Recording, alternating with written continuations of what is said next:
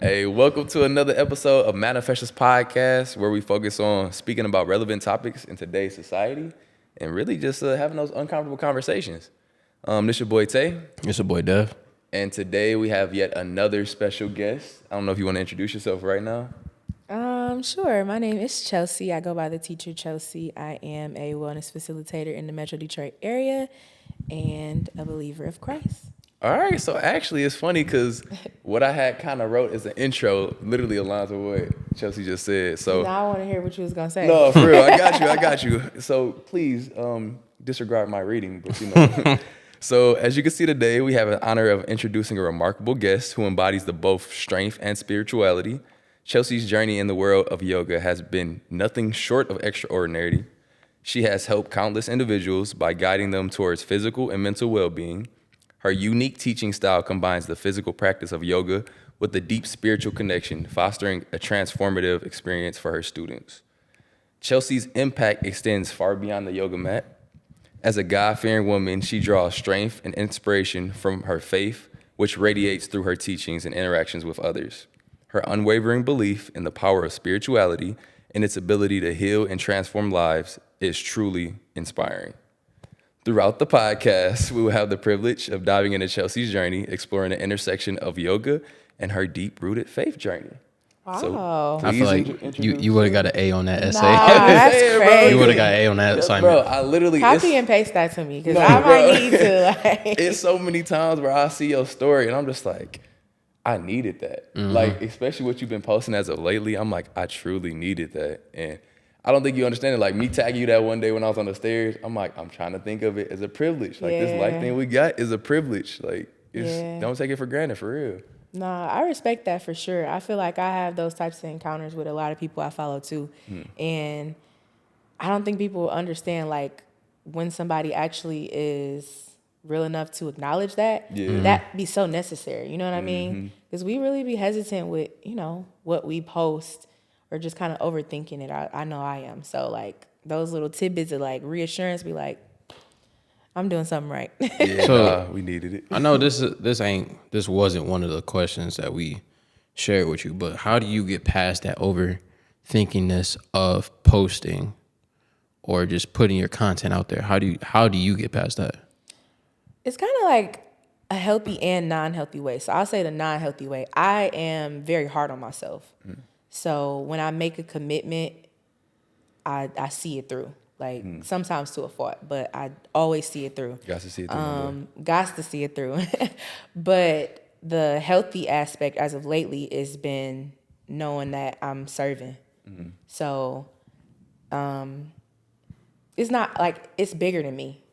Even something as simple as a social media post, like it's bigger than me. I know like everything is purpose driven. So whatever I share, whether it's something silly, it's purpose driven. You know, you never know if something you post that you're overthinking could like, you know, really be a dynamic shift for somebody who sees it. Yeah. Because that's the power of social media. So many people can see the things we post beyond the people that follow us. So yeah, I feel like everything that I do is kind of like serving some type of purpose. I had it really bad at one point where it was just like, I wouldn't post anything. I was overly critical, but now I just been in my like transparent, vulnerable bag. Yeah, for sure. So that's pretty much it. So, I mean, even with that purpose-driven, like, just letting it flow, it's not that easy. So, like, do people ever, you feel like, criticize you anyway? Because I know, as of lately, you just been, like, literally just post it. And whether it's a hit or not, it's up to you. If that's how you feel that you need to share it, just let it go.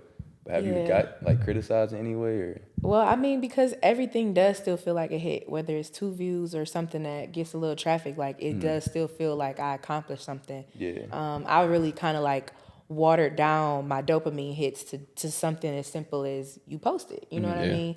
And that feels sustainable within myself. So that's really like the only thing that matters. But I have gotten somewhat of like negative feedback sometimes, but I have been gifted enough discernment to know that that's just people's perception of themselves, and it has nothing to do with me. So like somebody who views vulnerability as oversharing or, you know, a weakness of some sort, they're going to respond differently than me knowing that my vulnerability is a strength and it's obedience. Yeah. So if you're not on the same mindset, it's kind of like I don't expect just not anything for more. you. Yeah, it's not Yeah. for you.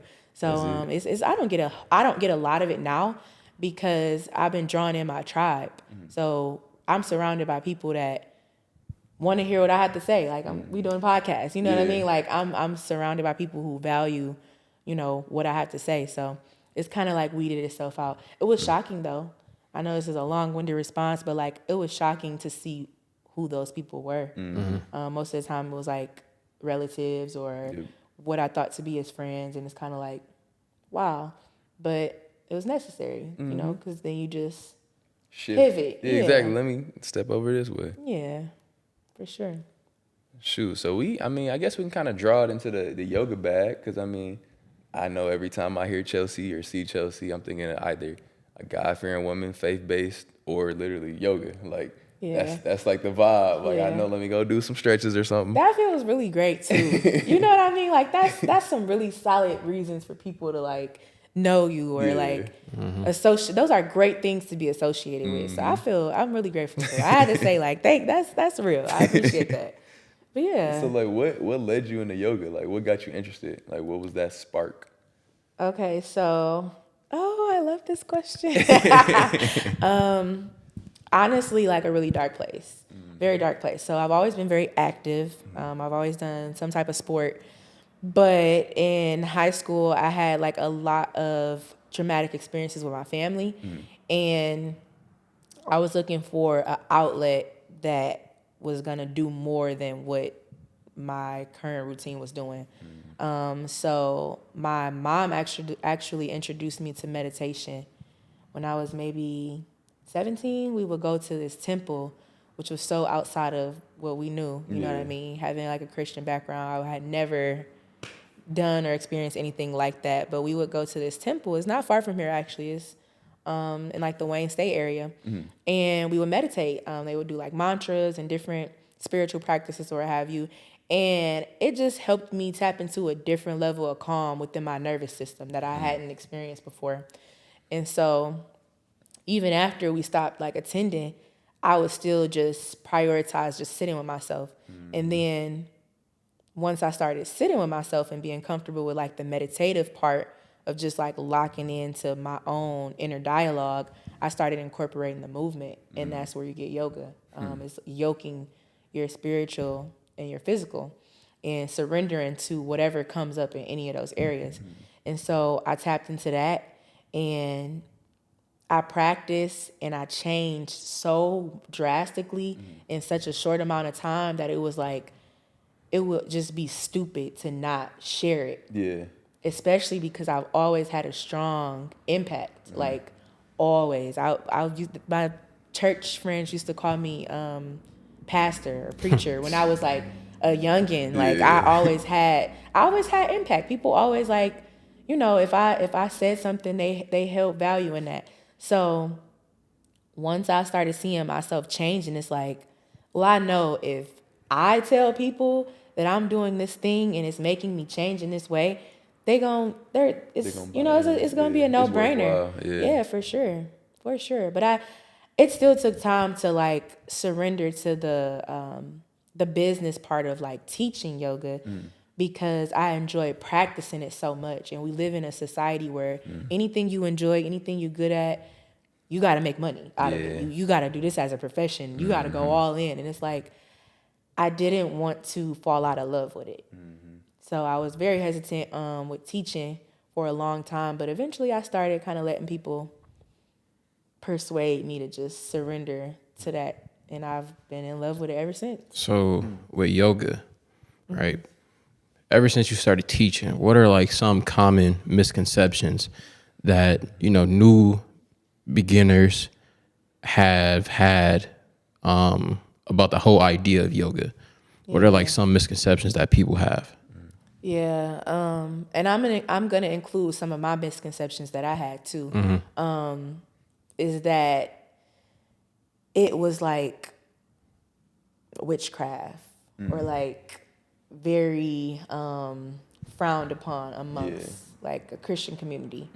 So for the longest, I just was kind of like very hesitant about that piece, without doing my own research as to like the actual history and background of yoga. A lot of people will say that it originated in India, but it really originated in Africa, of course, as most things have. And once I actually started taking the time to learn that part, I kind of started like detaching. It can be a very spiritual practice, but once you detach that aspect and pretty much tailor it to be your own, you understand like the blessing of the movement. You know what I mean? Yeah. So that, and then two, that it was only for white people. That's like a big one. That part. Yeah, that's a very big one. Because this is really all I saw for a long time. We're getting fortunate to now see so many different types of people actively practicing and teaching. But for the longest, it was like middle-aged white women do yoga. Yeah. Like that was it. You had to be, slim frame. You got to be super flexible. So it's kind of like you automatically just Xing out large groups of people that would never even consider this thing. So it was it was very cliche, especially my background. Like I'm like a real hood girl at heart. Yeah. So it's kind of like, Justin, where you from? From Puritan. Where's that at? West Side. Food, child. Yeah. So it's like you went from doing that and you doing yoga, like you good. So it's like very much a thing. So Get out. yeah, Check definitely, vibes. definitely. My people, like they still kind of they giggle at it, but they be like, "But I want to try it though." Yeah, so it's like I don't be tripping, but yeah, all of those things are still big misconceptions. Still prevalent, yeah. So For I mean, sure. even with misconceptions, like trying to remove those preconceived notions, like in that industry, how do you think yoga, like how it develops self-love, like how do you think it gives peace and like encourages people to apply those principles in life? Yeah. Because I mean, off rip, you just want to assume like yoga, it's not for me. That's me looking outside in. Like I'm a big guy. I'm 6'4". I'm like 240. I don't think it's about to, I don't think it's about to help me. But like, how does it promote self-love and peace and like tranquility? Like, how will it benefit me in a way? So I feel like the very first step of actually trying is already a lesson because you've already overcome all of these mental barriers and all of these societal barriers. So you already clap it up as soon as you step foot in the class. As soon as you think of the idea of possibly trying something different, something you're not familiar with, that's already like lesson one. Yeah. And then every step after that initial effort to do something outside of your comfort zone is just constant reward. So it's like the ultimate form of self-love because you're pouring into yourself in a way that's just stepping outside your comfort zone. Yeah. But the biggest piece for me has been surrendering to wherever I'm at in my body. Just like working out, every day feels different. Every day my practice feels different. Some asanas, poses, feel great some days. Some days it's difficult to get into them. Some days I'm very present in my breath and like enjoying my breath. Some days I'm struggling with my breath. Yeah. It's like every day or every moment within the practice is like building your mental strength constantly. And to me, anything that is feeding me mentally is self-love. So me and Deontay actually been to one of your classes. Yes. Check it out. And Yes. I can truly say that knowing you put your personality into constructing these classes, right? So if you can, just pretty much describe to the audience, how do you bring bliss into creating each different class that you conduct? Yeah, absolutely. So this is something that I've been very intentional about. So the fact that it translates makes me very happy. Back to like those misconceptions, when I first started practicing yoga, it was very stale. Like everything was so scripted. Yeah. And at the core, there are a lot of like principles that are kind of like to the book, but I feel like I knew the people who I really wanted to target would better receive something that felt safe. Yeah. So if I could just kind of like extract a barrier right off the bat, that would be great. You know what I mean? Like I wouldn't even have to force them to break through certain barriers I had to break through. So I kind of was like giving them a head start to what I knew would be great. I was like always thinking of my students in advance. And it's been very rewarding for myself to just be more authentic.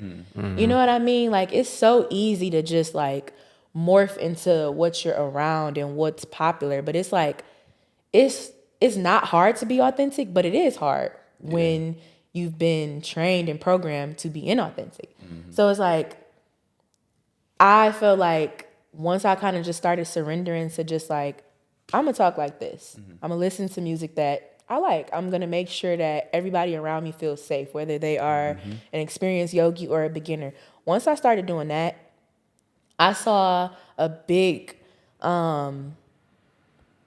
need for that. Like, because people were just literally coming to me in droves. It was like, wow, like this was the piece that was missing. Like I've been wanting to do this, but it was like, that was really missing. So I just kind of leaned into it and just was like, oh, let me, Let's just make this hit the gas really real on quick. it. And like, like creating more unique approaches. So like the couples class and all of those things and flexology, like really just making it my own. It's been rewarding because it's like, I want to set myself apart out from the rest as best as I can without doing too much. You know what I mean? Like it's okay to have similarities and it's okay to have consistent approaches, but like put your spin on it is definitely something that's like I would feel awkward doing anything other than that. Even when I'm in like more professional settings, I'm just me. Yeah. Always. I mean, even with this interview though, like you can feel it's just a you type of vibe. Like it's like freeing. Yeah. And you know like what I mean? For me, like I'm big on energy. Like for anybody that truly like know me, like I'm big on energy. I'm big on vibes. Yes, very much. The way you curated the couples class that I went to was truly amazing. No, like seriously. Because walking in, like I came in with like preconceived notions. I did at first, but I walked in there like, hey, whatever happens, happens. Oh, wow. I'm going to enjoy this either way. I went the opposite way, I ain't gonna lie. I'm like, dog, I'm tight from yesterday's workout. My body ate. Yeah, I went in literally the opposite way. I walked in there like, all right, I'm trusting. I know Chelsea. Yeah. Like the energy she gives off every time I see her. Like I'm trusting her as like my teacher. And I put my faith in her. No, that's like real. She played music that I only thought that I'd listen to. You feel me? Yeah. Like the way so she. You too? Yeah. It's funny like a grandparent, like when you talk to a grandparent or like a great grandparent or even a sibling, and you like, wait, they used to do that with you too? Yeah. And it's like you made your whole class feel like, oh, I felt that too. I thought she was literally talking to only me. And you open your eyes and you look around and it's 20, 30 other couples. And you like, bro, I thought I was in a room alone. Oh my goodness. And it's so wild. Like that feeling is just so freeing. But you know what that feel like to me? Like how you just described that with that, the first thing that popped in my mind is God. Bro, like seriously. We all experience God so differently, but it's so familiar. Yep. Like our experiences be different, but they be the same. Like it's literally that. And that's the part that lets me know like my yoga is my ministry. Like this is my ministry because I don't always have the capacity to show up like that. Like I am not like this superhuman. Like I'm so ordinary. It's crazy. I am extraordinary, but I am very ordinary too. And so like that part is just like, wow, I'm consistently showing up in this way. Like God really uses me in this space. And to think that I had really anything to do with this, like it really wasn't really me for real. Like it's so beautiful. It's so beautiful. It's the fact that we literally both of us was in two entirely different classes. Like still felt the same thing. The same thing. And everybody, all of my students, anybody I've ever worked with, like that's always the response I get. I don't think I've ever gotten anything but that from the very first class to now. And I've changed so much as a teacher. So yeah, and I kind of like how you started flowing into like just being like that ministry and like flowing into the God aspect, because that's the transition I was actually about to make it into. Because if I had $1 for every time you said surrender, I'd be a rich man right now. So like, what was your experience with surrendering, especially with God? Y'all want me to cry so bad. No, I'm just, hey, it's real. Be you. Like, So, okay. So, if you're willing to share though. 'Cause oh, if not, for sure. I'm really an open book. So last year I had like, I'm really trying to be more intentional about how I describe the year I had, but it was so transformational, in a very heavy way. Like I had to navigate through every form of grief that there is. Actual physical grief. I lost my best friend of 12 years. I lost my godson, her 10-month-old baby, and I lost my grandmother all within a 2-month time span. And none of it was expected. Yeah. My grandmother was ill. I was taking care of her. So, I was preparing for her transition, but you're never really ready. Yeah. My best friend, absolutely unexpected.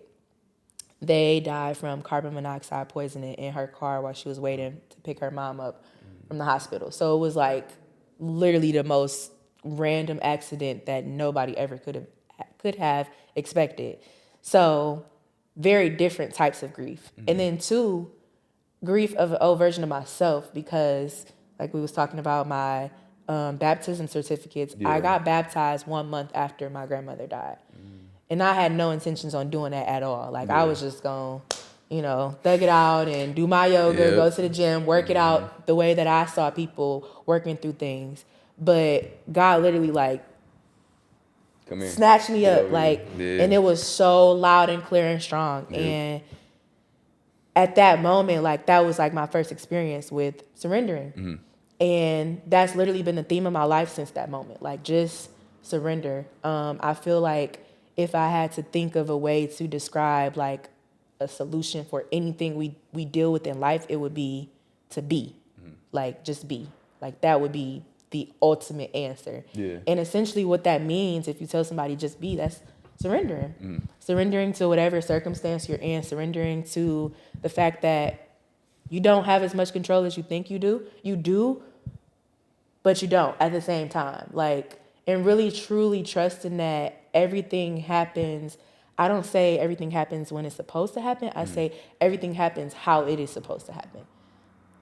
And that's like a very big concept that kind of probably sound like a bunch of gibberish. I ain't gonna lie, 'cause but I learned a little slow when it. So everything, can you repeat it one more time? Oh, I'm No, so for serious. sure. I'm so serious. So everything happens exactly how it's supposed to happen. Okay. Like truly trusting that. Like no coincidences, no mistakes, no error. Like it all serves a purpose. Yeah. Really believing that all the time, not just when it sounds convenient, but like really believing that even something as crazy and tragic as your best friend dying, but like really believing that like in your bones, in your core, is like a constant surrender. Yeah. Like constantly. And since I've been doing that and actively practicing that, like I've changed in ways that's very hard for me to even digest. Like it takes people literally telling me like, this is what we're seeing. Your whole description of me at the intro, like I'm really sitting here like, wow. No, I'm so serious. I'm like that. Yeah, like that's no, me. for real. But it takes stuff like that to really kind of like dial back in. Like, wow, I am growing. I'm changing. Yeah. I'm evolving. I'm being used. Like, it's beautiful. It really just gave me like little chills. Like, wow. Even just hearing it like being said, it's crazy. And this is what yoga feels like constantly, Yep. but just within yourself. Crazy. So you mentioned surrendering and, you went through a terrible year last year, right? So do you have like any advice for people that are still struggling with surrendering to God? Like for me, I can truly say for like the longest, I never talked about my spirituality. Like Deontay known me for how long? At least 7, And we probably going on 8 years. And he questioned like, damn, like I never asked him though, because that's my man, and I know I'm here for him, and I know God placed him in my life for a reason, so we here. so like before we started recording, you were talking about like how you felt like you had to separate the two. One side of you, your friends versus like your actual spirituality side. I felt the same way. So I would practice in my own way. I would practice, in silence, in a sense. And I struggle with surrendering. So do you have any tips with people that struggle with surrendering? Any practicing techniques that you've been through? Whew. So I'm going to say I do have some tips, I guess you can say, but I didn't get those tips voluntarily. I was really forced into a surrender. Like, I resisted for a long time and really tried to figure it out on my own. Like, I was telling myself that I was allowing God to use me and trusting and having faith, but I really wasn't dialed in yet. And so I have so much gratitude for last year because it broke me so much. But it was so needed because the version of myself that I was operating in was already broken. So it kind of shattered me just enough to be able to be completely renewed and completely remade. And in that, I feel like because I'm still here, it's just like, what are you fighting? Yeah. You know what I mean? Like, every day I wake up is like constant proof that God is dialed in with me if I'm not even dialed in with him. But I feel like just out of a space of genuine gratitude, showing up and like displaying the space that I'm in right now spiritually is like the simplest way that I can say thank you. Because I don't think people really understand when I say I was really in a dark space last year. Like, I was in a very dark space, and outside of my work, in like the movement area, in the movement environment, I'm also very big on mental health. And so I don't want to say any of this to trigger anybody or, condone anything, but like, I really didn't want to be here. Like, I really didn't want to be here, not because I didn't value life or value my life, but because like it was genuinely just too heavy to carry, and I felt completely like powerless for the first time in a long time. Like, I had done so much work to like push past those types of seasons of my life that I was thinking I would never get to that space again. Like, I would never be depressed or any of that again. Like, I'm good. I got yoga. I got these little tools. Like, I'm straight. So seeing some experiences that really pushed me back in that place, I'm like, wow, I'm human. I really do need God always, like all the time. So now talking about God and inviting God into all conversations is like, it feels easy now. Like, it doesn't feel like I don't even care. Like, I really don't even care. Before, I really cared a lot, and I was judging myself, when in reality, like, everybody needs God. Everybody needs God. And the more comfortable we get with having conversations about it everywhere, not just in church, on social media, with your friends, in the gym, with strangers, like, it gets better. It gets easier. Like, you start undoing things that were challenging for you. That's how we met our pastor. Literally. Really? It's In the funny gym. because a year ago, I think the first text I sent him was November 26th of 2022.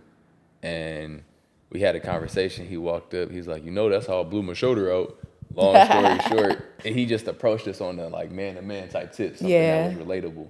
And then pretty much, do you know God? Like, it was just like, hold on, bro, you was just talking about fitness. And now you talk about God. And it just caught us off guard. But like, it's just so important to bring God into rooms because he's always in the room. It's just important to acknowledge him. Because we struggle with that, especially as like societal standards and the people we are today and the crowds we in. But as long as you stay dedicated to him and you start surrounding, even if you got to remove people out of your circle and you start surrounding yourself with people that are like-minded, it's just so amazing. Like, me and Jalen had went to the gym earlier today. I just met Jalen for the first time when we went to the thing. Man, talking about the whole conversation, bro. We just talking about God, his grace, just like how you align life. And it just felt so free. And it's like the workout didn't even feel like a workout. Like I felt sore afterwards and whatnot, but it's just like, dog, like, is this how it feels to just like literally just go through life, not just in the gym, but like outside of there, and just let God's grace and just like let God just spread in your life. Yes. And show his presence. Cause like I literally at work, I put my little men's devotional on, slapped it on my desk. Yeah. 4 people walked up, picked it up, was reading. I'm like, oh, you need something in there? Go ahead. Help yourself. Take it to your desk. Bring it back later. I'm like, always bro. get what you need. And you never know what people need, but yeah, to that point, it's just so important to bring God in every aspect of your life. And like for me, cause I always had like a bad taste of the so-called Christians. Mm-hmm. You feel me? Mm-hmm. Like growing up, the so-called Christians was the one that were so judgmental. Mm-hmm. So that's what made me kind of high in my spirituality.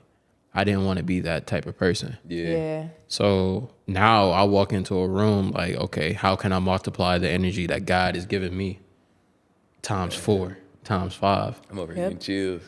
Like how can I bring it into this room? Yeah. And for me, that works. Mm-hmm. Like I'm not super like God. I don't want to like preach God, like, oh God this, God this, God told me to do this. Nah, I just want to make sure that I'm doing God's work. Whether you know that I believe in God or not, you gonna know through my actions. Mm-hmm. I don't have to say it, but you gonna know through my actions that I believe in God. So that's the type of person I want to be. 100%. Like I literally was just talking about this a couple of days ago on my prayer call. I don't think people realize that, like you saying, you don't necessarily want to be like God, but like you do and you are through your actions. Like it doesn't always have to literally be from a pulpit. It doesn't have to always literally be verbally. You know what I mean? Like our ministry, that's God's way of making sure that he is being translated and exchanged in every way that he can be. Like even your connections with like animals, like God is really full, like everything. Like God is in everything.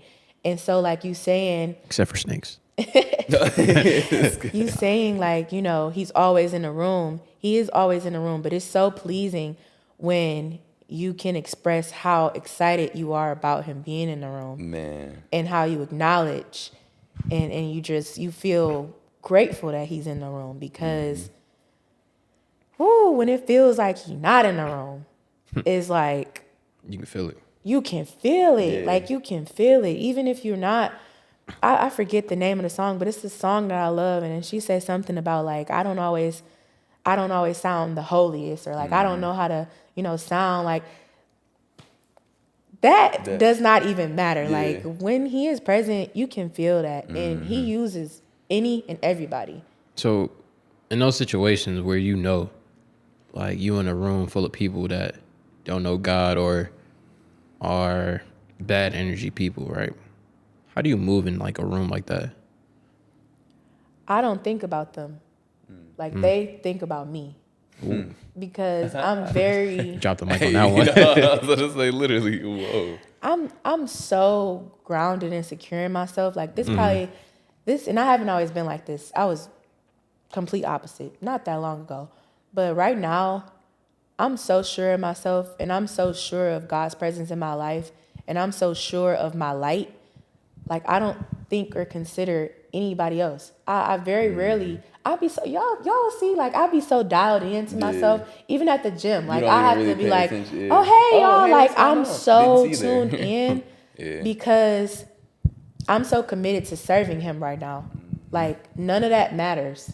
I know that the way I carry myself is so strong and is so prominent that everybody else will adjust before I do. Mm-hmm. Everybody else will think a little harder or feel a little anxiousness or anxiety before I do about like things like energy. Like my energy is so, I guess the words good and bad are, subjective, but my energy is so pure and it's so innocent.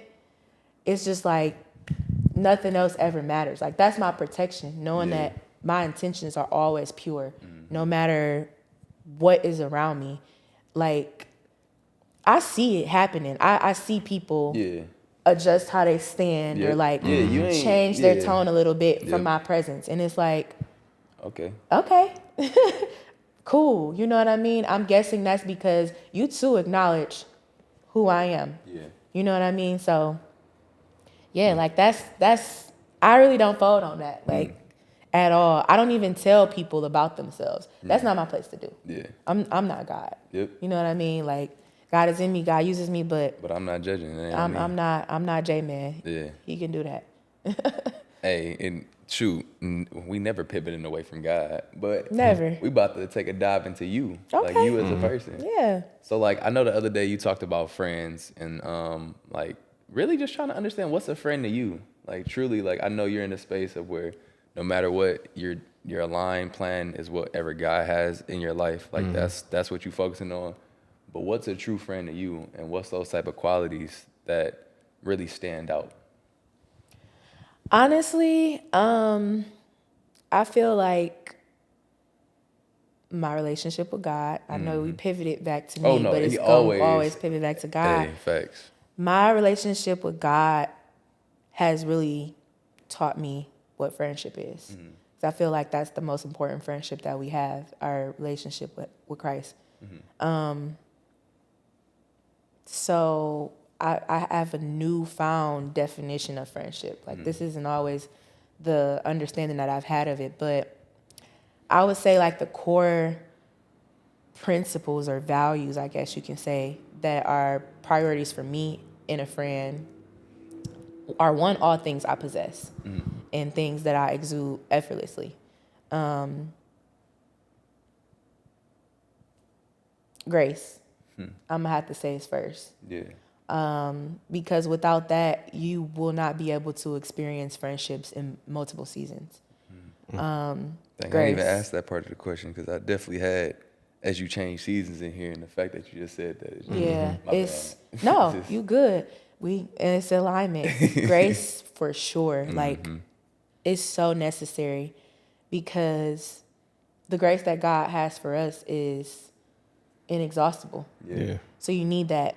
Love is going to be right after that. And I honestly think that grace is still higher than love because I feel like love in the absence of grace is still kind of like.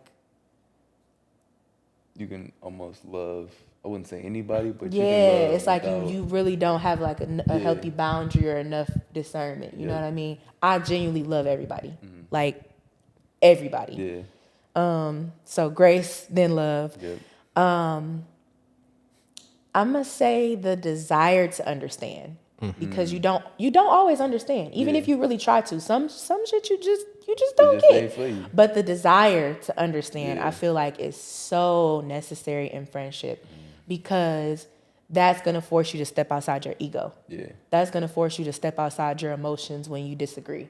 That's going to push you into a more logical approach to the fact that we are human. Yeah. We have lives happening outside of our friendships. We won't always show up, to the best of our ability. So having just the desire to understand is definitely going to always keep you in a healthy balance and a healthy dynamic with your friend. And then last, I'm going to have to say alignment.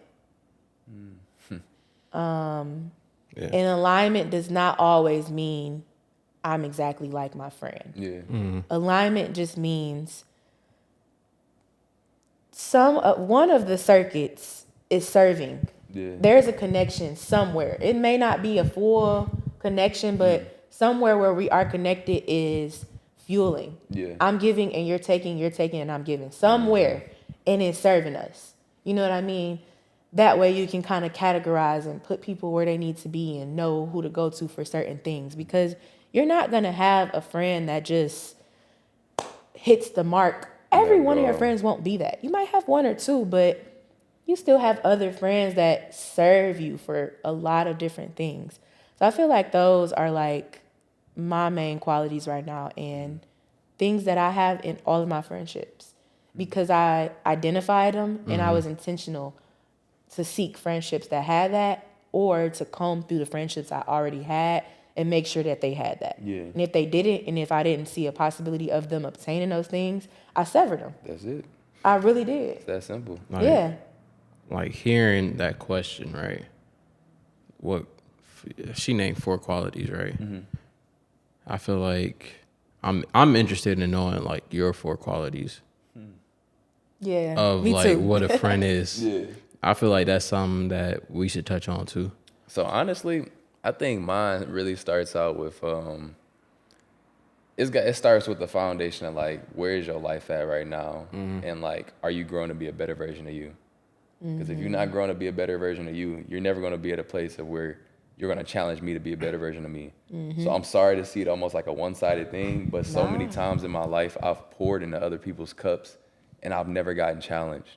And it's just like so many friends, when I look back, it's just like, dang, they never challenged me. They never called me out on this. They never stopped me from doing that. And it's like, it's time for me to try to realize, what do I need at this point? And it's nothing against everybody else, but that's just kind of what I need right now. Definitely that honesty, and just let me know, like, what do I fall short at? Like, communicate with me. I know I fall short at communication, so communicate with that with me. Or like, call me out on something like, hey, bro, you need to get on this. You need to get on that. What you doing with this? Like, literally asking those questions constantly, and just let me know when I fall short. Because that transparency, I don't hear it that often. A lot of people tell you what you want to hear just to really make amends, and that's it. Like, it is what it is. Really, and next, I'd probably say, so I'm just gonna name 3. I'd probably say, honestly, for a man, like, loyalty and respect. Like, those. I knew that last one. I ain't gonna lie. You ain't got no choice, bro. If you disrespecting me or my people around me, closest to me, I ain't got no choice but to see it. You're gonna see a different side of Deontay, and it's rare that anybody ever sees a different side of Deontay, because for the most part, I'm very chill, I'm very relaxed, easygoing. But yeah, how about you? Loyalty. You already know number 1 for me. Loyalty / trust. If I can't trust you, if I know you're not loyal, what's the point? Like, I cut my grass low for a reason. No snakes. No snakes. You feel me? That's number 1 for sure. Understanding. I might not be the best communicator in certain situations, but as long as you're willing to understand, I'm willing to change the way I communicate to you. Yeah. Because everybody communicates differently. And it's our goal as individuals to help each other understand where we're coming from as individuals. Yeah. So the way you guys listen might be a different way than how I communicate. So I kind of have to set my tone to where I know I can reach you guys. Yeah. And as long as you like understand that I'm trying, or I understand that you guys are trying to listen, that's Can't ask for any more. That's good. So loyalty / trust, understanding, ambitious. Yeah. I can't be surrounded by lazy bums. We can't do no bums. I'm sorry. Can't do no bums. Like, if you're not trying to better yourself, I can't be around you. Nah, Because that's every day facts. is a journey of self-mastery for me. And if you're not on the same tip, you got to go. Quick, fast, and in a hurry. That's why, like, some people don't really rock with me in the gym. Because the way I go hard, they look at me crazy. Yeah, I saw those 110s today. I was like, yeah, no. I just picked up the 95 yesterday. I ain't pick up no 110. 110s feel like I ain't gonna. I'm good.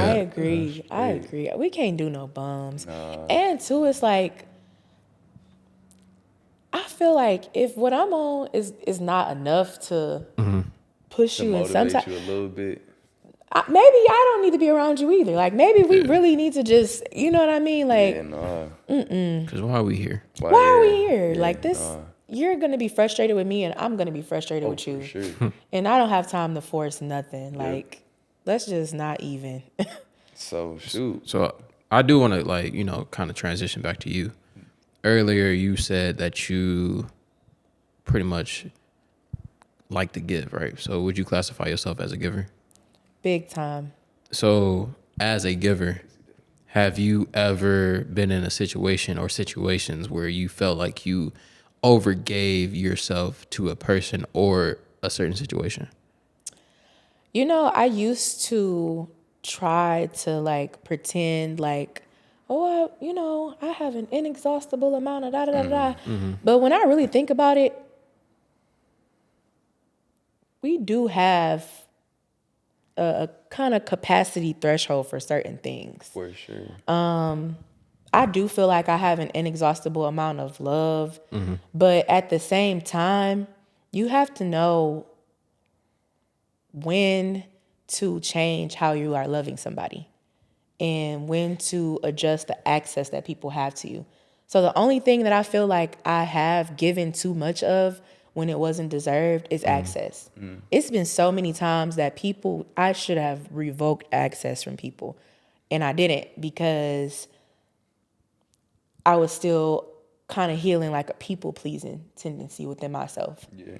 But I wasn't aware of it yet. So to me, it just looked like, oh, my heart is big and I'm a giver, da da da da. And it's like now, like we said earlier, we on our self-mastery vibe.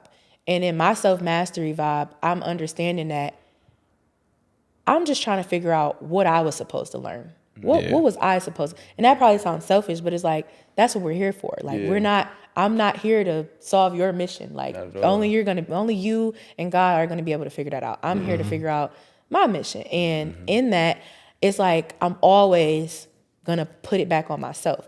So now reflecting on seasons where I feel like I did give people, too much access or just constantly kind of like pouring when I was not being refilled myself, it was just a space when I wasn't aware. Like, I was not aware. So now being aware, it's like, oh, okay, you was actually doing that because you were trying to fill a void. Yep. You were really afraid to just let something go. And now you know better, do better. So now when I kind of feel myself drifting into that space, I dial it back. Like, I have to dial it back. It's a really powerful quote. Don't remember who it's from, but I saw it on Instagram and it just stuck with me. And it said that we should only be giving from our overflow. Everything in your cup is reserved for you. Yeah. Everything, like all the way to the brim. Yep. I wish I had the wine to do a visual, but Literally all just- the way to the top. Yeah. Not even halfway. We ain't talking half full, half empty. Like the top, the fullness of your cup is for you. Yeah. Because you and God poured into that. It was for you, all of it. Everything that overflows from that, that's where you give to other people. And in doing that, you will never get to a point where you feel exhausted. You'll never get to a point where you feel like you gave too much. You never get to a point where you feel like you want to take something back. You're good because you're still full. Yeah. But when you're operating out of a lack mindset and scarcity, you'll get to dipping, in what is for you. So I guess just like that sense of self-awareness and putting it back on self-love is like, I can't do that anymore. I really can't. It's not healthy. It's not good spiritual hygiene to do that at all. And people see that and they prey on it for sure. So Even if they unconsciously prey on it. they still If do. you see somebody, I go outside right now and somebody giving out hundreds, I'm going to take some. Oh, for sure. I don't have to know what condition that person is in. I don't even have to know if they're mentally stable. I'm going to just go get my 100 and go on about my day. That's the same with us. Access, kindness, money, time, resources. If you're giving it, everybody's going to take it. Yeah. So it's not for the takers to have the discernment. It's for the giver to have the discernment. Shoot, but for that point of like being a giver and giving all you can, how did that process look for you? Not for you transitioning from a give, like give all I have to the point of probably where you had nothing else to the point of where you at right now, because it's not an overnight process. So like, I just got really tired of that feeling. Honestly, like that's not even, not a complex answer, but I really just got tired of that. Like the cycle of it, whether it be in friendships. Yeah. Once I started seeing the consistency across the board, because for a long time I thought it was just like, oh, my intimate relationships is where I had this struggle. But once I started seeing it in familial connections, my platonic friendships, work, clients, I'm like, I really need to work on myself. This is something that is really a concern. Yeah. So once I got just really tired of feeling like that, I just locked in, and I became a lot more disciplined to the process of just practicing every day. I still have moments. I still got a few people who, but with time, across the board, this progress, with time, it'll be a consistent practice. And right now, just the effort is getting the job done. You know what I mean? So, I can truly tell you, like, from experience, like, as a giver, it's kind of hard. It's a real struggle to truly finally come to that conclusion that this situation is not good for me. I'll be blunt. Like, I say, like, what, 6.5 years, I was trying to give to a person, and it really didn't work out.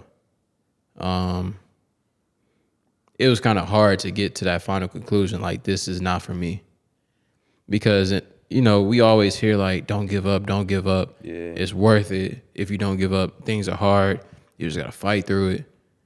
But when do you finally come to that realization that this is not gonna work out? This ain't the thing. This ain't This it. ain't it. Nah. And I think that part goes back to like I know we keep going back to God, but like when you get to that point of where God, you like, all right, God, like, I'm ready type thing. And you get to talking to him a little bit more, whether it's in a closet or whether it's out in person. But like, you start having that conversation, he'll start showing you things that you never saw before.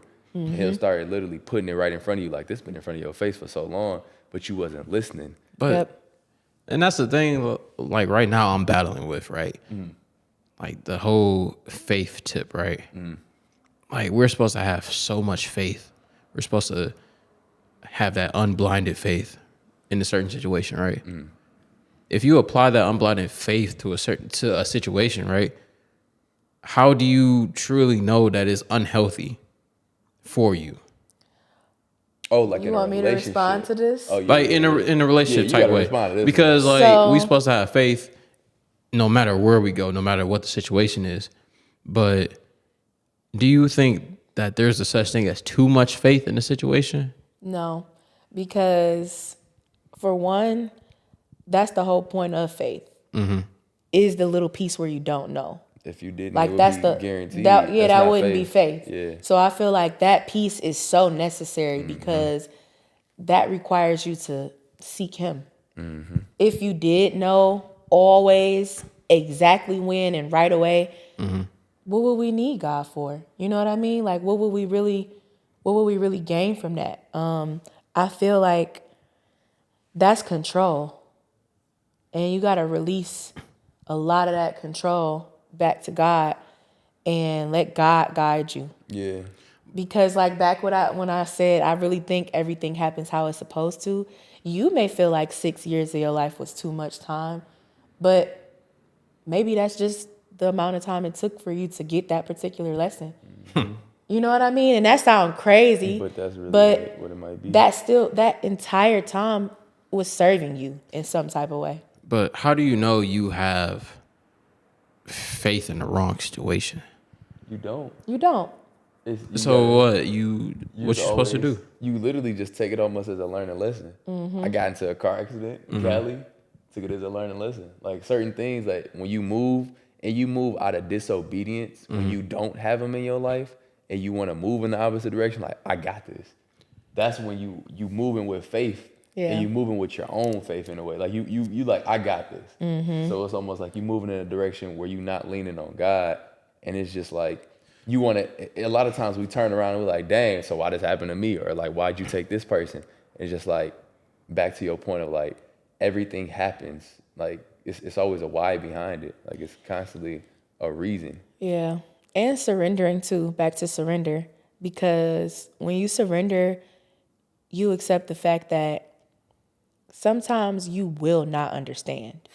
Like, no matter what. Sometimes it just won't make sense. Yeah. But you have to release the need to understand it.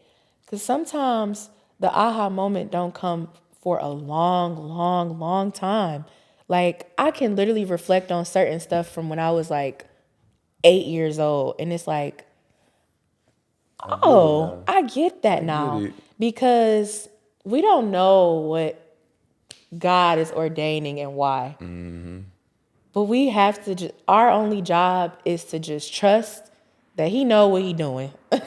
That's really, sometimes that's the only job. And so when you come back to the surrender, you start to be able to just like let it go. Yeah. And it's hard. It's hard as hell. And my God. And it's actually sick because it becomes It's easier. sick. It becomes easier With practice. on the other side. Yep, on the other side for one. And when you surround yourself with people that still have that unbinding faith, and you hear their stories, you like, bro, ain't no way that happened. And you like, you had how much money in your bank account? Ain't no way. Or you said you got married in how long? Ain't no way. And it's like you surround your people with people that kind of align with your practices at that time, or the direction you want to head in. And you hear their testimonies. And it's like, God really be doing this thing. Yeah. And sometimes you just don't need that answer every time. Sometimes you just, like what she was saying, it might be elongated. Like your process might have been 6.5 years, and it might be 6.5 years until you understand the why. But you still got to have faith and know that it's all going to work out in due time. It's tough, but. And I love a throwback testimony. Yeah. Like lean on some of the old stuff that proved That's facts. all of the things, because it literally be recycled lessons for real. Yeah. It be the same lessons just for a different season. Yeah. I love to lean on those types of experiences. Like, wow. One of my favorite testimonies, I was like maybe 5 or 6, and my mom had just started letting me ride in the front seat. You was 5, 6. She wasn't supposed to, but she had finally started, you know. I'm like 5, 6. Yeah, I know, crazy, right? So I'm the youngest of 4. So whenever they wasn't in a car, we had our time. She like, all right, you know, come on up here. And I used to be like, oh, okay, I'm in the front seat. I'm grown, right? So and she was consistently doing it. Like it was our little thing. One day, she just was like, no, get in the back seat. And I'm like, you switching up? Like, I thought we had a thing. Like, I thought I was in the front seat now. So she's like, no, get in the back seat. And literally, maybe 10 minutes after we took off, we got in a car accident. And they smacked into the front seat, the front passenger seat. Yep. Crushed it. Like, she had to get a completely, like, whole new door. Like, smashed it. You know how that shit shook me up? Like, as a kid, even then, at that young age, I knew that was God. Like, I knew that wasn't and it scared me. It scared me because I didn't know how to, like, accept that as love. Yeah. It was just like, oh my God, there's this supernatural being, you know, playing chess with us down here. Yep. But as I grew older, I started to understand that that's love. Like, that is love in the purest form. And I started to see how that same love could look so different. That same love could be getting my heart broken. Yep. You know what I mean? Like, that very same love could be him snatching somebody who I thought I needed out of my life because he loves me. And, like, I just constantly, like, look for those old moments when I'm in that space to prove what I'm looking for. Like, the answer is always within. Yeah. Always, always, always, always. Even you just asking that, and we said what we said, you knew that. Like, you knew what we was gonna say. We just need to hear it. You know what I mean? We're human. We need to hear it. We need this dialogue. We need friends. We need our peers to tell us the things we know. And like for me, especially on my journey, I like to digest things piece by piece. Yeah. Like a lot of people probably just like read through the Bible almost every day, but I like to digest. I gotta read at least 4 I'm times. I'm just now even making an effort Like to read my Bible. So, speaking of storylines, like, let me just pop that question because we had a little discussion about anime for a little quick second. So, as far as the storylines and like the plot of your life, what's the current space you're in, and what's the direction you foresee yourself heading in? Like right now, just thinking about the place you're in, whether it's the environment, like whether it's the people around you, like what's the biggest plot of your current situation? I feel like I'm like in preparation. a lot of people like talk to me as if I'm like at a peak, but I know I'm not. Yeah. Like I really am just kind of like scratching the surface of who I'm gonna be, as far as like my business and just me as a person. Like I know God is gonna use me in like a much bigger way. Yeah. So it's like I'm in preparation, like really just ingrained in like the practice of faith, consistently showing up for God, consistently like reading my word and like just really trying to develop healthy habits that serve the person I'm trying to be.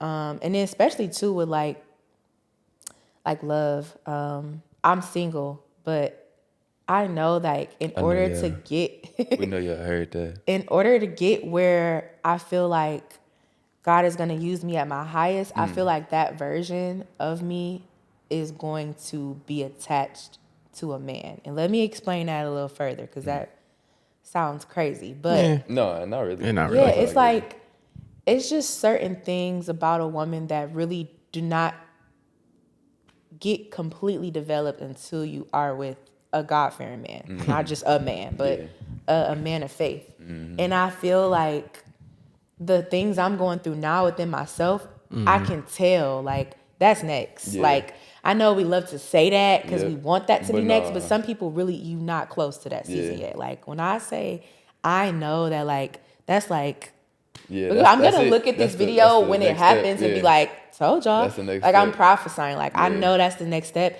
just because of the types of things that God is doing right now. Like, when I say I'm just surrounded by so much, like, young marriage, Man. young believers, Yep. just like people who are prioritizing commitment and monogamy. And those are not things that I was like really around consistently. And now I literally see it like anything that's not that literally just removing itself and just like coming to me in droves and seeing it with God present. Like that's the difference. Like that part alone is just it's exciting. Honestly, it helps you to feel a little more settled in what you're in and not getting attached to like the anticipation of that season, but really surrendering. Yep. The theme of this whole episode, surrendering to the preparation and being excited about it. Yeah. Like it's so much that I'm enjoying. I was talking to my sister and she was like, you don't understand. I've never experienced what you're experiencing right now. I've never been just me. Like I've never been in a space where I was literally just, I can just get up and go and I only have to think about myself. And that's reassuring when I do get in moments where I feel like all I do is serve the world. All I do is give, you know, I'm lonely. Like when I get in those spaces, it's like, this lit right now though. Yeah. Cause there's gonna be a point Live in the where moment. you gonna be know like, the "Dang, I mother wish Chelsea. You ain't gonna be I the teacher wish I was Chelsea. stepping back outside. Yeah, you're gonna get to a point where you know you're serving your husband in some type of way. And you're providing for your children, and because I'm the type of person who's all in, I know when I'm in those seasons, I ain't gonna be dibbling and dabbling in other things. Like when it's season for me to be a wife, I'm gonna be a wife. And when it's the season for me to be a mother, I'm going to be a mother.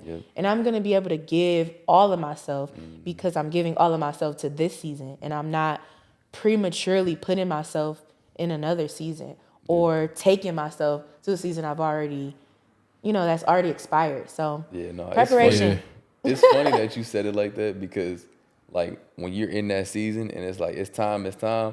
Yeah, no, the street's not calling no more. We here. And I've experienced that. I know he's experienced that. Yeah. And like a twofold of it. The streets never called me. Yeah, no. Right. I never said nothing about the streets, but I heard the analogy. I got you. The streets not all that fun, y'all. But no, the streets are very lame. It's not. It's not that fun. The street lights are on. It's not that fun. Let's all come inside.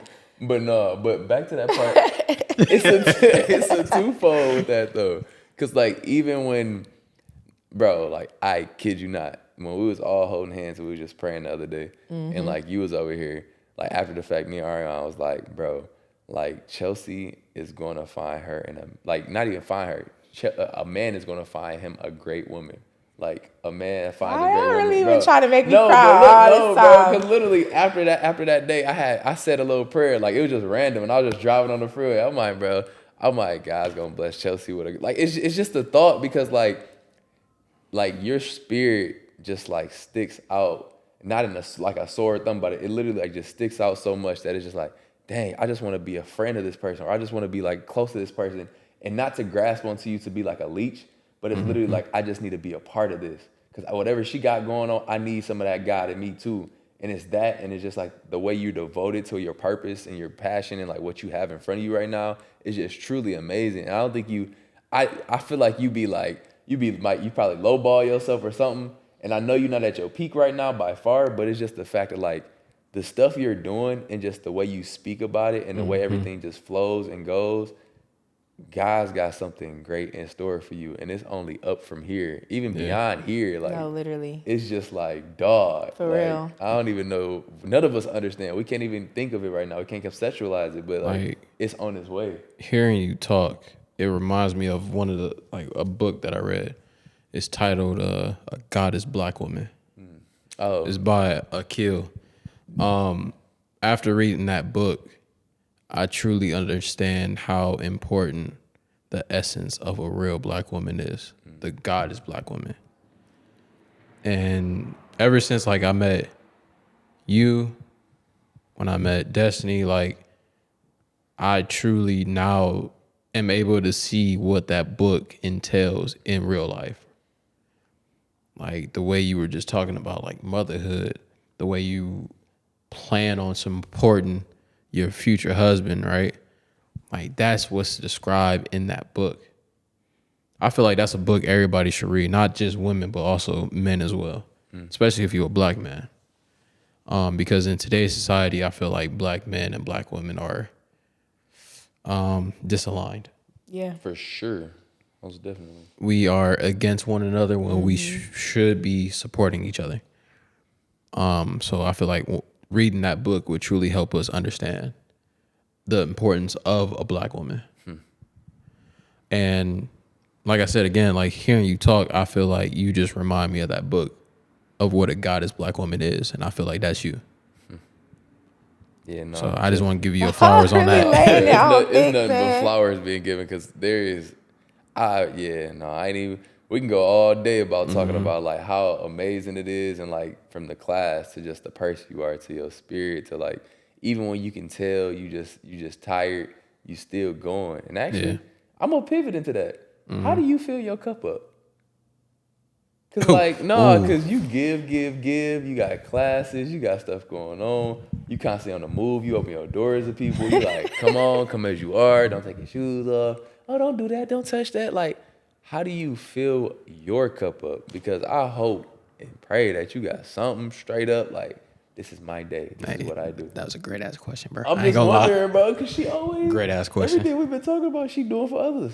Ooh, y'all in my business right now. Okay, so honestly, doing all of those things makes me feel like I'm filling my cup.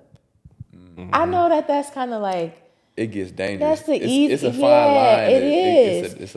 It is, and I think that I should develop more things outside of just that, because that can get tricky. Yeah. But honestly, I love company. I love just existing around other people, and we don't even have to necessarily be doing things, but like just being around people who also are light. It's kind of like, it's like the sun. Like just being near it, it just kind of warms you up. You know what I mean? Yeah. And two, I love to travel. I love to travel and I love to learn. If I learn something new, to me, it comes back to serving in some type of way. But it's like, wow, I gained this thing that I can give again. So like, it still kind of loops back into the giving, but it does make me feel like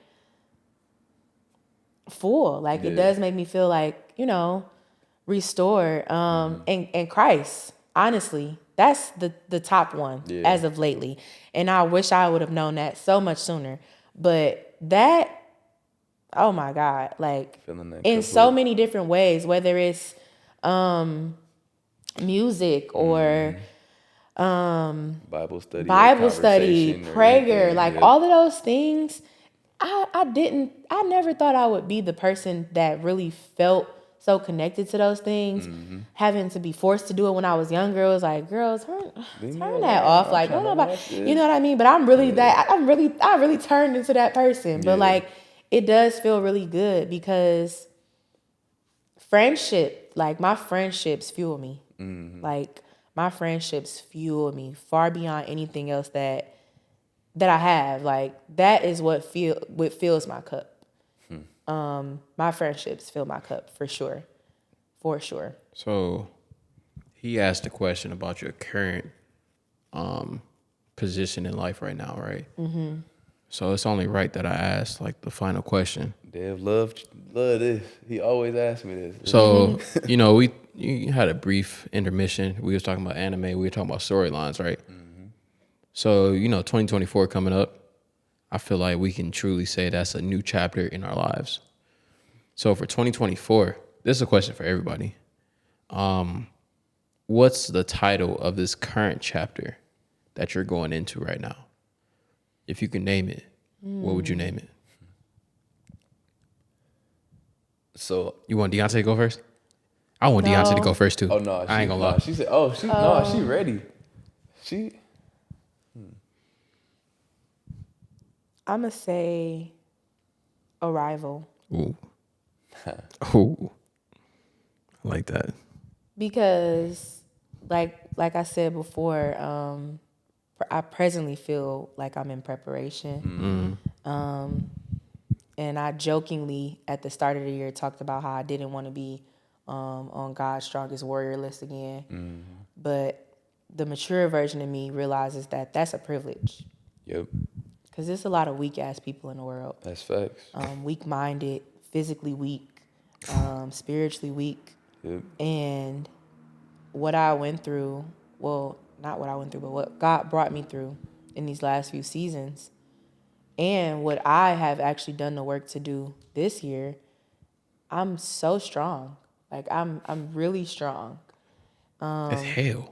I'm literally and physically, like mentally. mentally, like all of the things. I'm a very strong person, and I don't feel bad about that because I've realized that it's not the strength that I was offended about people acknowledging. Like a lot of women don't want to constantly be called a strong Black woman, and I was starting to feel like that. But I realized it's not because I'm not strong. It's just because I wanted to also be acknowledged as fragile. I have moments where I am fragile, and I'm a woman.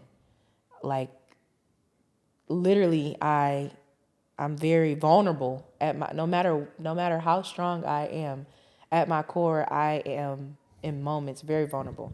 So because of all of those things, in addition to like the work that I've actually been doing, I've been really doing the work. Yeah. I feel like I don't think it's gonna be many more seasons that goes by that are still this preparation. Like I feel like the Arrival, I feel like I can claim the Arrival to be 2024. Like I can see, and I don't know if that's January or December, but I can see me actually showing up to collect in 2024. And I see that being just the start of the collection. I see the collection being spread over a mass of time because I deserve it.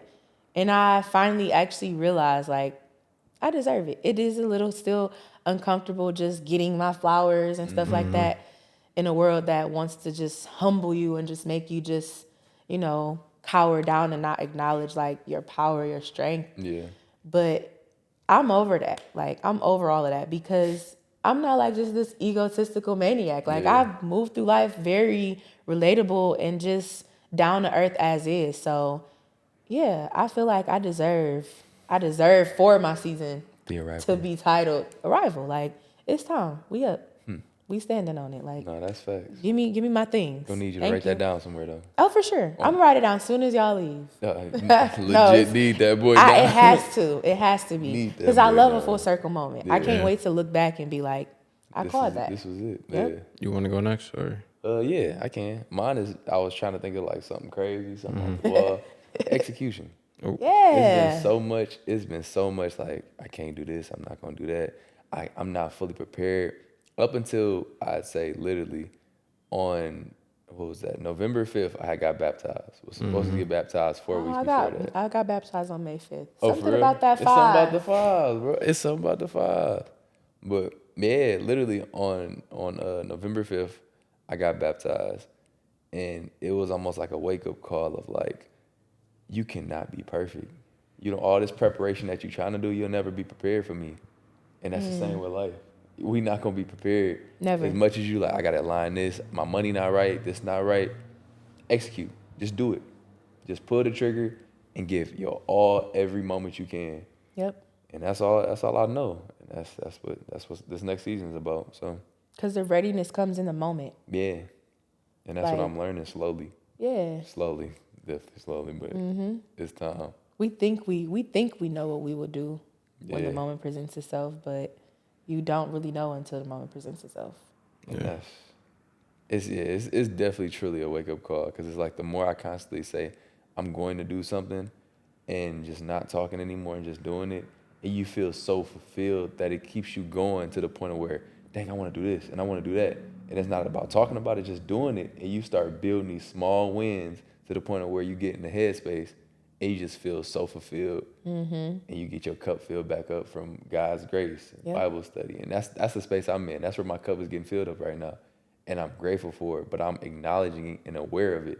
Because that self-awareness is so important, especially the season you're in. So, because you're doing it for God. Yeah. And if you're doing it for God, like, God not on Instagram. That's facts. You know what I mean? Like, I don't have to announce when I'm doing something for God.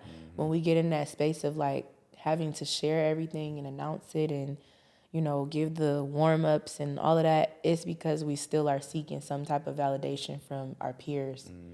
Once we get out of that space and it's just like, I'm really just locked in with God, you don't talk about it. And everybody sees it. And they feel that way more than when you were telling them about it. Like, it just hit way different. I always think about the Issa Rae proposal. Like, she broke the internet way more by just surprising us with a whole husband than us knowing years of her dating this person and being able to put our anticipation. Like, I've been dating 5 years. Why y'all ain't? We don't know how long she been talking to that man. Exactly. We don't know who he is, but we know that's her husband. You know what I mean? You like, gotta respect it. Yeah, because they were tuned in with each other. So it sounds like you're in that space with God. Most definitely. So nothing else really matter. Yeah, no, I'm gonna just say a date and I'm gonna leave it at that. July 5th. That's it. It's something about them 5. Cool. Period. I don't know what it is. July 5th. That's all I'm gonna say. What about yours? Mine is a 2-part. I'm not gonna lie to you. Okay. I'm gonna pay homage to Kanye West. I'll say first part is graduation. I feel like the chapters of my life, right? We can kind of like sum up to like the 4 or 5 years we spent in college, right? First year, you are new. You're a baby again. You feel me? Like, you went to high school, Heavy on freshman. again. In college, you're a baby again. Yeah. So learning was that part. Sophomore year, for me, it was pain. Junior year was realization. Senior year was healing. Now I truly feel like I'm truly healed. So it's about time to graduate into the man that I know I'm meant to be. Amen. So I've been in the shadows for so long. Like, I've been low key as hell. A lot of people really don't know what I'm capable of, like my talents and stuff like that. It's about time that I show the world.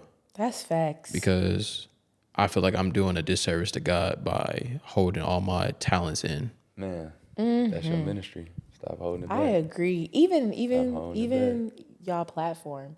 I remember the first time I clicked on like the podcast page. I'm like, why is this not like, Bro. why like the conviction of like the way y'all speak and the things that y'all are talking about is so different from the dynamic of like podcasts right now. Yeah.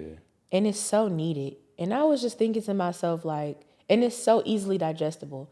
Yeah. Some of these podcasts, they It's want to just for use entertainment. it's either for So high entertainment or the level, jargon is just too complex to I can't even keep up. grasp, or it's just like just giving you a laundry list of things to do, get up at 5 a.m. and da da da da. Like, some of them are so in that lane that it's just like, you just get completely overwhelmed with it, honestly, and just honestly just put off by it. But like, I remember just feeling like a breath of fresh air from like the first couple of episodes that I watched, and I just kind of like digested them all, and I was just like, dang, like they really talking about some stuff. And then too, I'm like, the quality, like, damn, where they recording this at? Like, it's like really the equipment, like they really put some real effort into this. They didn't just hop on Amazon and grab a microphone and just start going crazy. Like, y'all are really being intentional about who you bring on your platform, what you talk about, how it looks, how it's going to be received, like all of the intricate details that often get overlooked. And it's just, to me, yeah, I definitely think that plenty of people don't know like how talented you are. Yeah, Even no, in the for gym. real.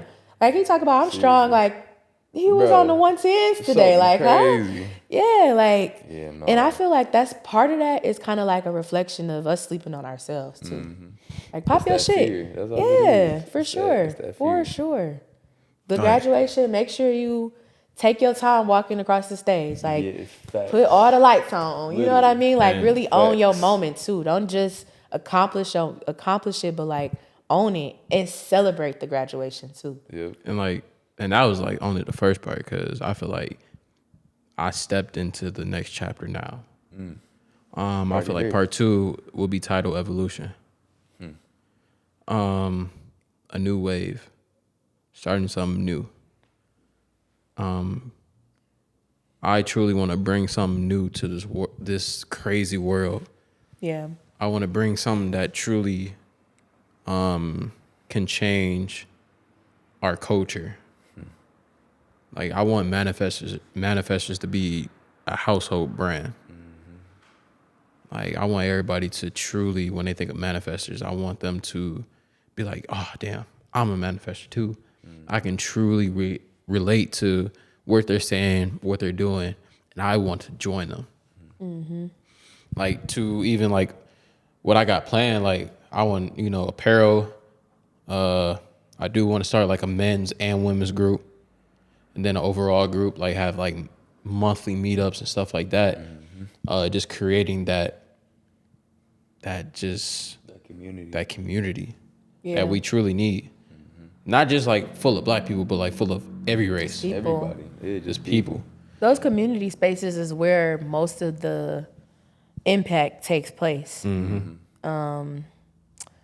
My homeboy probably, I can't think of the African proverb, but it's like an African proverb that kind of like touch bases on that, like going somewhere alone, or I forget how it goes, but it's like, if you want to go fast, you'll go. I forget, but Oh, you it saying just if you- speaks in regards to like collective community work.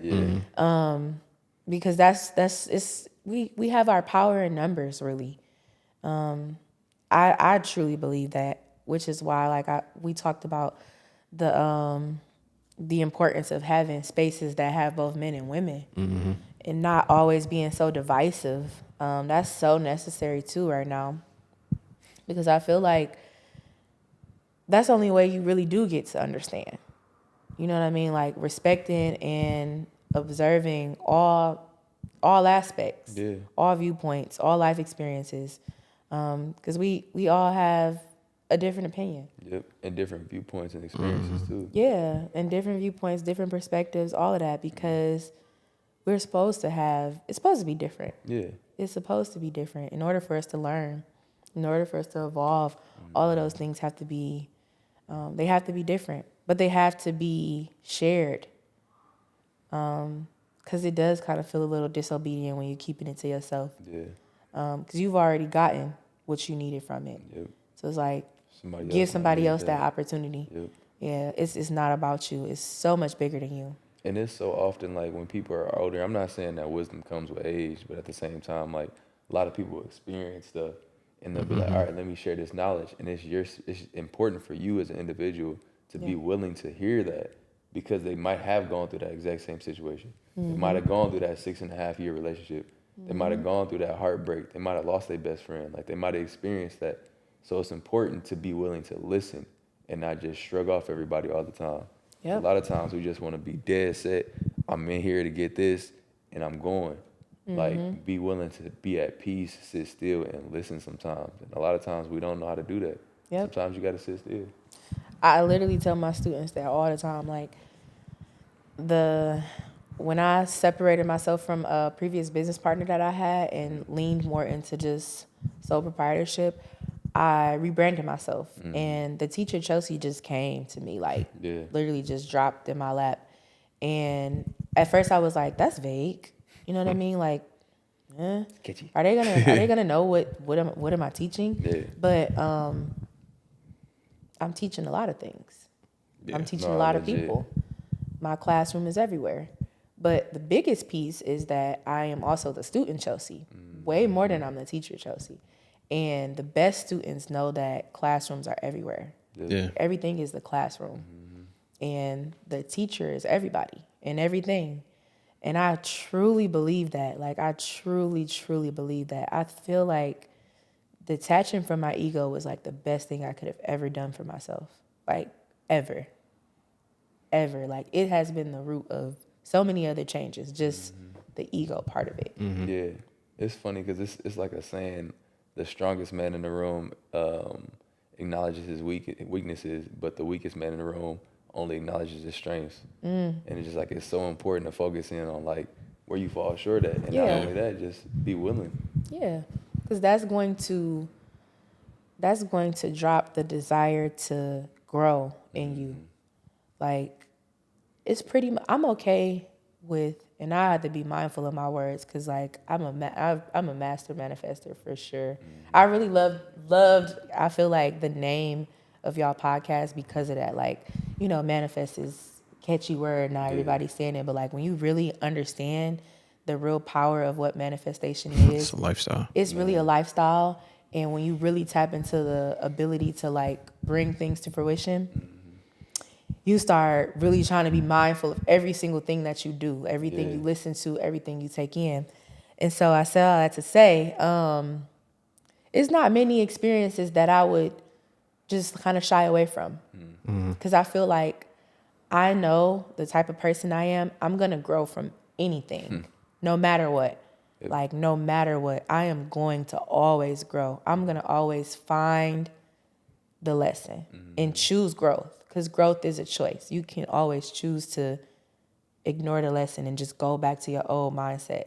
But when you're choosing growth every time, even when it's uncomfortable, you're really unstoppable for real. That's facts. Like, that's facts. It's nothing that can knock you off your square. Even today, like, I had a horrible day today. Yeah. But I knew that I was still gonna have this experience and share something that would be, you know what I mean? Like, good for somebody. Because I'm going to choose growth every time. Like, just not being so attached to all the little things. It's inevitable. Like, it's very inevitable. And there's no telling how to shoot. If one person listens to it, or if only the 3 people in this room listen back to this, every single person that listens to this is going to take something away that they need to hear. If they're actually sitting in the moment and listening, they're going to take something away that they need to hear in that season of life. And that's the importance. That's the whole idea of everything. Yep. Like, whatever you're doing, whatever your ministry is, like whether it's photography, or videography, or making that space for people to be comfortable, whether yours is like being that teacher while still being that student and being able to be the best teacher possible because you know everything that is going on in that arena or that area that you're specializing in, or whether it's just talking to people. Like, whatever that ministry is that you have, constantly remember that no matter the people that are in your circle or no matter the people that you encounter, just remember, at the end of the day, you got to be your best version of you. And the people in that situation are going to take away whatever they need to take away. Yep. And sometimes they're going to take away and run. And it's cool because you still got God on your side. deed. So you did your deed. You Yeah. did what they needed in that season. So, yeah, I don't know where I was going with that, but yeah. No, that's very necessary. I mean, I feel like everything, back to the whole surrender, like everything, once you surrender and just really letting God use you, everything, you always teaching in every moment, like especially when you're not talking. Like, I think yesterday I posted a video of me, like just on some praise and worship. I was clipping flowers, just in here vibing. And something was just like, post this.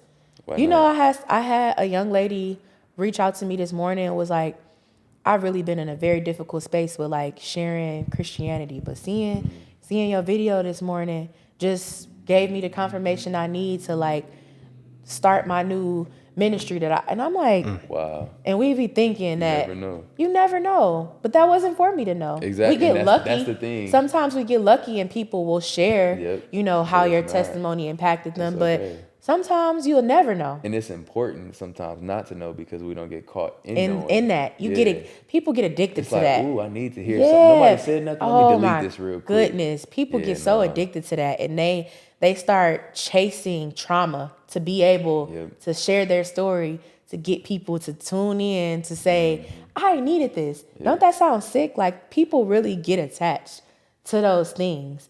And it's like, I know that I'm not in that space. I know that everything I do is pure.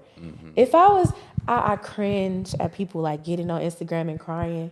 But if I was to get on Instagram and really drop tears, I know it would be not for the attention of people, but because like somebody needed to see me vulnerable in this moment. Yeah. Like, it's just a constant servitude of God. And it's scary. It is very scary. It's very uncomfortable. I don't always want to do it. I don't like it. Sometimes I want to just log off completely and just never talk again and just go in straight isolation.